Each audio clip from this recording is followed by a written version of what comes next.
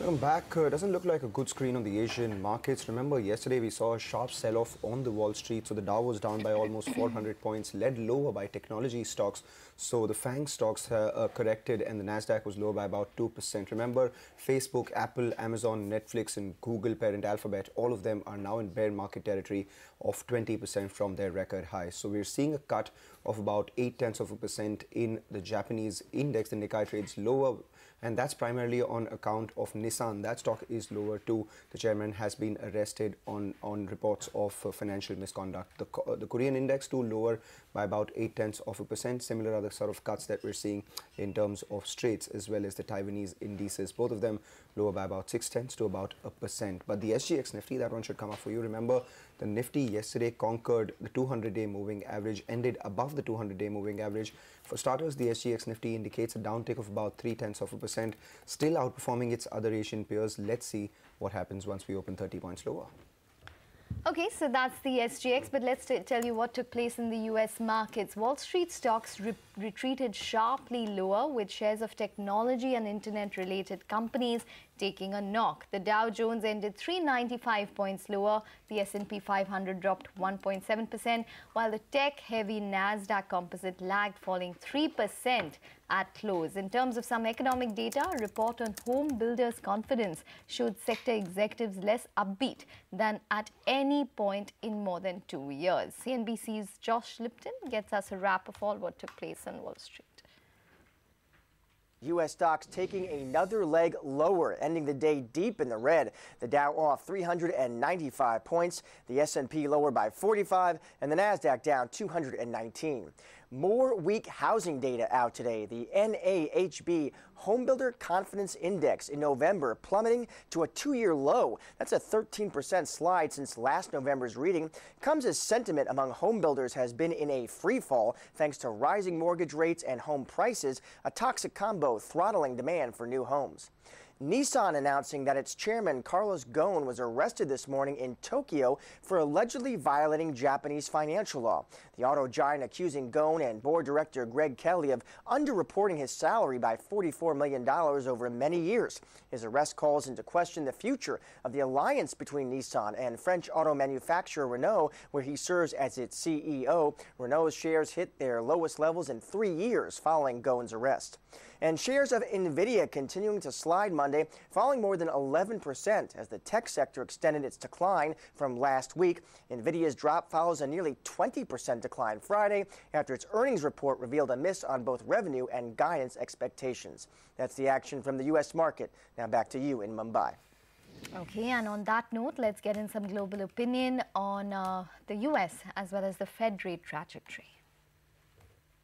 Late in an economic cycle, late in a credit cycle, there begins to be this dispersion where assets begin to perform differently.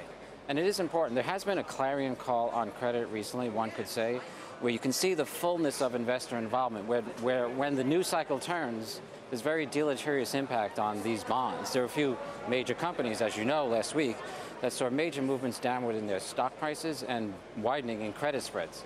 This can happen more broadly. So this attention to risk factors, little things like currency exposure, different countries' exposure, interest rate exposure, equity risk, all kinds of volatility risk, one should be looking at more. So the beta story is over. Key source of alpha next year is to be more active in investing and building from the bottoms up as much as possible, relative value, that sort of thing. Fed is clearly indicating it recognizes there's some slowdown, as we indicated, on the way. And it wants investors not to worry too much about the Fed because it could fuel it more. It doesn't mean they'll stop, and we would say that the Fed then in December highly likely to raise interest rates, but it will be looking for an excuse to pause. So this could be setting the table for a pause, who knows when, March or June. But as Clarida and others have mentioned, it's really going to be data dependent. If the economy seems to suggest a falling unemployment rate going forward, the Fed will keep moving probably on a quarterly basis until it believes that will change, and it doesn't have a strong enough basis yet to pause. Imperatives and the stakes are really high for the Fed to engineer a soft landing at this point. And the reason is because there's a lot of debt and leverage that's in the system right now. And the way that leverage is often calculated is debt divided by earnings effectively. And essentially, if the Fed hikes too much too fast and creates a hard landing, the earnings won't be there, the leverage ratios will skyrocket, and that will create bigger problems. If they go beyond 3.5% in terminal Fed funds rate, then they're going to have a hard landing, in which case, you know, with all the leverage that's been created, as corporations have issued debt and bought back stock, that leverage is there, and that creates an even worse problem when there's a bigger and more protracted slowdown. Investors are pricing in kind of the worst case scenario for U.S.-China trade relations, for fiscal policy stimulus wearing off, Fed rate hikes, and slowing corporate profits, particularly among high-flying tech stocks. So if we get any relief in those four areas, you could see the market rebound with a bit of a relief rally headed into next year. All the hubbub around higher rates and greater levels of inflation seems to be just more noise than anything else. You know, rates have been backing down some. Rate of inflation seems to be plateauing. To me, the big risk is if the Fed continues to go too far, too fast, I think that could have problems. All right, so that was some opinion coming in on the Fed rate trajectory and the markets ahead. But across the Atlantic and the European markets, they drifted lower amid lingering uncertainty surrounding the UK's future relationship with the EU. The French index as well as the German indices, both of them ended almost 1% lower. French index was also weighed in lower by shares of Renault, which fell about 9%.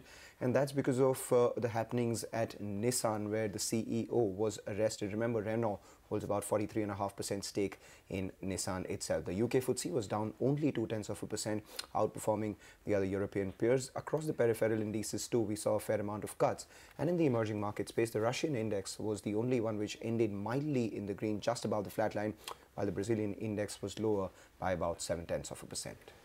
Okay, well, let's tell you about the currency space then. The dollar struggles at near 2-week lows against a basket of currencies. The greenback is under pressure.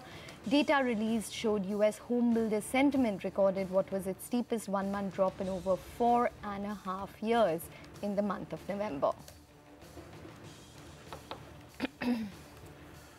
Right, with that, we slip into a short break. Come back, we focus on our markets, all the cues, news and views you need to know for trade this morning.